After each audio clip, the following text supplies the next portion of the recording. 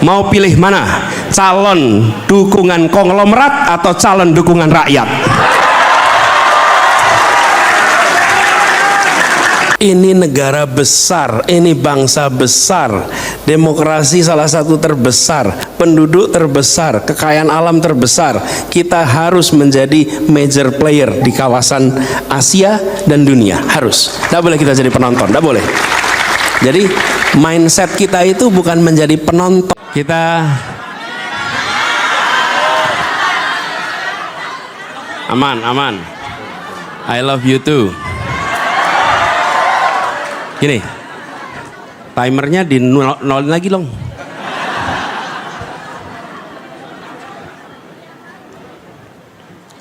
Kita tidak bisa melarang orang untuk memilih A atau B atau C, betul ya? Kita tidak bisa melarang. Tapi kami ingin sampaikan kepada semua bahwa rakyat Indonesia mendengar kabar itu, bahwa ada yang disebut sebagai sepertiga yang pegang perekonomian Indonesia mendukung satu calon, dan itu bukan dikatakan oleh orang luar, itu dikatakan oleh orang dalam. Kalau dikatakan oleh orang dalam itu artinya obrolan di dalam yang diungkapkan keluar. Oke? Dan bila itu diungkapkan, maka rakyat sedang diberitahu oleh yang bersangkutan. Kenapa diberitahu? Karena kita tahu yang satunya seperti kami, poster-posternya itu poster rakyat yang warnanya beda-beda, tulisannya beda-beda, fotonya pun hampir sama. Hampir, belum tentu sama calonnya. Fotonya hampir sama. Karena dibuat secara sukarela, di banyak tempat dengan uang sendiri, dengan bahan sendiri, dengan perjuangan sendiri, dipasang sendiri. Karena itu posternya tidak sama.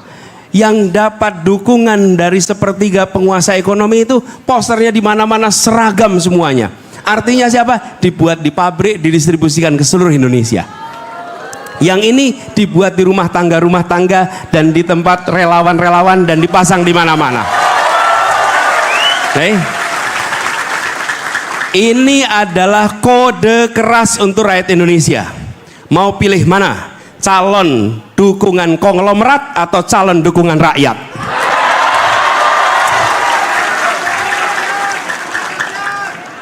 Silahkan rakyat Indonesia menentukan pilihannya. Itu aja jawabnya. Oke, terima kasih Pak. Jujur agak kasihan ya Nek, ngelihat dari pendukung-pendukung 01 nih pada pakai karung, dicat, aduh, yang satunya bannernya gede banget, sing kang makanisme nganggo karung. Tapi gini, saya selalu bilang, bisa jadi banner kita tidak sampai kemana-mana, oke? Tapi kami yakin idenya sampai kemana-mana. Oke. Cakep. Loh, kita ini kan bukan pemilihan foto untuk dipasang di luar ruang kelas, bukan? Kita mau memilih orang untuk mengambil keputusan atas nama rakyat dan atas nama negara. Ketika dia disumpah nih, apa yang terjadi? Dia diberikan kewenangan untuk ambil keputusan, tanda tangan. Dan ketika membuat keputusan atas nama seluruh rakyat. Karena itu menurut kami lebih mempercayai acara-acara seperti ini yang dekat langsung dengan rakyat, bicara langsung dengan rakyat, mendengar langsung dengan rakyat, bentuk penghormatan kepada rakyat, bukan ngirim spanduk kemana-mana seakan-akan ini hanya sekedar memilih foto untuk dipasang di ruang kelas. Dan saya boleh sampaikan, yang hadir di ruangan ini adalah orang-orang yang merubah kampanye di Indonesia.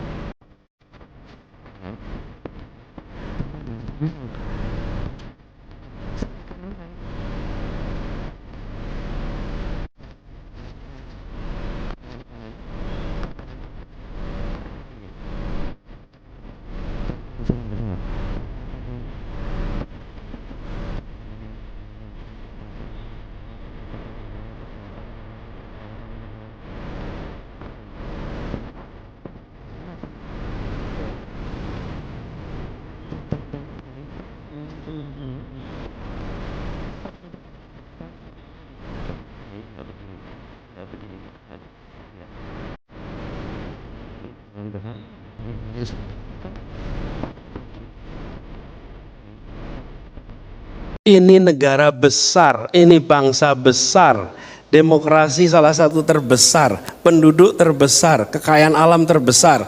Kita harus menjadi major player di kawasan Asia dan dunia, harus. Tidak boleh kita jadi penonton, tidak boleh. Jadi mindset kita itu bukan menjadi penonton, mindset kita itu menjadi pelaku yang mewarnai. Dan kita punya potensi untuk bisa mewarnai.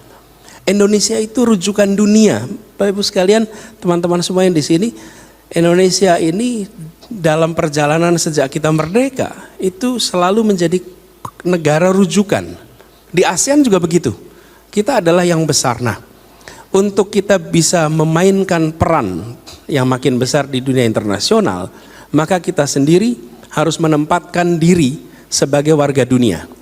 Ini saya sering sampaikan, Mas Meta, pada pada anak-anak yang sedang belajar dan juga kepada jajaran Pemprov DKI ketika saya bertugas di sana. Semua Anda, kita semua di sini adalah warga 3 dunia. 1, dunia kota Jakarta. 2, kita adalah warga nasional, warga Indonesia. Yang ketiga, warga global. Ini 3 ini. Kalau kita hanya berpikir kami adalah warga Jakarta, kami warga Indonesia, dan tidak memikirkan sebagai warga dunia, maka kita tidak terlibat urusan-urusan dunia. Jadi ada persoalan lingkungan hidup global, kita nggak peduli, karena kami hanya Indonesia. Ada soal krisis pangan dunia, kita nggak terlibat, karena kita hanya Indonesia. Ada soal kekerasan, ada soal perang, kita nggak terlibat, kenapa? Kami hanya Indonesia. Nah, mindset ini harus dimiliki oleh kita. Dan menurut saya, leadership di Indonesia harus menempatkan dirinya sebagai pemimpin Indonesia dan pemimpin di level dunia sebagai pemimpin. Itu 1. Kemudian yang kedua, Indonesia di dalam kegiatan atau kiprah internasional perlu menggunakan nilai sebagai pegangan di dalam seluruh kegiatan diplomasi. Value based diplomacy. Kenapa value based diplomacy itu? Ibu sekalian, nilai itu akan membantu kita untuk mengkategorikan benar, salah, baik, buruk. Tapi kalau kita tidak memegang nilai, maka di dalam diplomasi internasional hampir semua kebijakannya arahnya transaksional. What's in it for me? Akan transaksional. Kalau transaksional, kita nanti tidak akan bisa, sulit sekali mengambil sikap. Saya beri contoh. Kalau ada sebuah negara A menyerang negara B, contoh nih, lalu negara A itu teman kita, apa baiknya sikap kita? Kalau kita value based, kita akan bisa bilang, you are my friend, but you know what you're doing is wrong. Please don't do it. Okay? Tapi kalau kita tidak punya nilai itu, maka apa yang terjadi? Because you are my friend, I let you do it. Luar biasa, sindiran Anies. Mau pemimpin yang didukung rakyat atau didukung konglomerat. Nah, dalam dinamika politik Indonesia yang terus berkembang, satu pernyataan dari Anies Baswedan kembali menjadi perbincangan hangat di tengah masyarakat. Dengan gaya komunikasinya yang khas, Anies melontarkan sebuah pertanyaan yang sederhana namun syarat makna. Kita ingin pemimpin yang didukung rakyat atau pemimpin yang didukung konglomerat? Kalimat itu langsung memicu berbagai reaksi. Ada yang menganggapnya sebagai kritik terhadap kondisi politik saat ini. Ada pula yang melihatnya sebagai pengingat bahwa demokrasi seharusnya berpihak kepada rakyat banyak, bukan hanya kepada segelintir kelompok yang memiliki kekuatan ekonomi besar. Pertanyaannya tersebut sebenarnya menyentuh persoalan mendasar dalam demokrasi.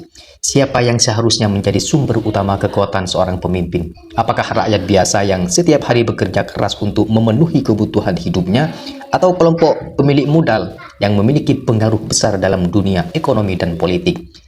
Bagi banyak masyarakat, pertanyaan itu terasa sangat relevan sebab selama ini sering muncul anggapan bahwa politik membutuhkan biaya yang sangat besar. Akibatnya, tidak sedikit kandidat yang harus mencari dukungan dari para pemilik modal untuk membiayai aktivitas politik mereka. Disinilah muncul kekhawatiran publik. Jika seorang pemimpin terlalu bergantung pada dukungan kelompok tertentu sejak awal, apakah ia akan benar-benar bebas mengambil keputusan demi kepentingan rakyat ketika sudah berada di tampuk kekuasaan? Anies tampaknya ingin mengajak masyarakat untuk memikirkan kembali hal tersebut. Menurut pandangan yang sering ia sampaikan dalam berbagai kesempatan, kekuatan utama dalam demokrasi adalah rakyat. Karena rakyatlah yang memberikan mandat, rakyatlah yang memilih, dan rakyat pula yang akan merasakan dampak dari setiap kebijakan yang dibuat pemerintah. Karena itu, seorang pemimpin ideal seharusnya memiliki keberanian untuk berdiri di atas kepentingan rakyat banyak. Pemimpin yang mampu mendengar suara masyarakat kecil, memahami kesulitan mereka, dan berjuang menghadirkan kebijakan yang memberikan keadilan bagi semua. Di tengah kondisi ekonomi yang penuh tantangan, masyarakat tentu berharap hadirnya pemimpin yang fokus pada kebutuhan rakyat. Mulai dari lapangan pekerjaan, harga kebutuhan pokok, pendidikan yang terjangkau, layanan kesehatan yang berkualitas, hingga kesempatan usaha yang lebih luas bagi masyarakat kecil. Banyak warga yang merasa bahwa selama ini suara mereka seringkali kalah oleh kepentingan kelompok yang memiliki akses dan kekuatan lebih besar. Oleh karena itu, ketika muncul pernyataan seperti yang disampaikan Anies Baswedan, sebagian masyarakat merasa bahwa ada aspirasi mereka yang sedang disuarakan. Namun tentu saja, perdebatan mengenai hubungan antara politik dan pemilik modal bukanlah persoalan yang sederhana. Dalam sistem demokrasi modern, dukungan dari kalangan dunia usaha sebenarnya merupakan hal yang lumrah. Yang menjadi pertanyaan adalah bagaimana menjaga agar dukungan tersebut tidak berubah menjadi pengaruh yang berlebihan terhadap kebijakan publik. Karena pada akhirnya negara harus memastikan bahwa setiap keputusan yang diambil benar-benar bertujuan untuk meningkatkan kesejahteraan rakyat, bukan hanya menguntungkan kelompok tertentu. Pernyataan Anies juga dapat dimaknai sebagai ajakan untuk membangun budaya politik yang lebih sehat. Politik yang tidak hanya mengandalkan kekuatan finansial, tetapi juga mengandalkan gagasan, rekam jejak, integritas, dan kedekatan dengan masyarakat. Dalam demokrasi yang matang, rakyat tidak memilih karena siapa yang memiliki sumber daya paling besar. Rakyat memilih berdasarkan siapa yang dianggap paling mampu memperjuangkan kepentingan bangsa dan negara. Karena itu, pertanyaan yang diajukan Anies sesungguhnya bukan hanya ditujukan kepada para politisi. Pertanyaan itu juga ditujukan kepada seluruh rakyat Indonesia. Masyarakat diajak untuk lebih kritis dalam melihat para calon pemimpin. Menilai bukan hanya dari pencitraan, bukan hanya dari kekuatan kampanye, tetapi dari komitmen nyata mereka terhadap kepentingan rakyat. Pada akhirnya, sejarah selalu membuktikan bahwa kekuatan terbesar sebuah bangsa bukan terletak pada kelompok elit, melainkan pada rakyatnya. Ketika rakyat bersatu, memiliki kesadaran politik yang tinggi dan berani menentukan pilihannya berdasarkan hati nurani serta kepentingan bangsa, maka demokrasi akan berjalan sebagaimana mestinya. Pertanyaan yang dilontarkan Anies mungkin terdengar sederhana, namun di balik kesederhanaannya tersimpan pesan yang sangat mendalam.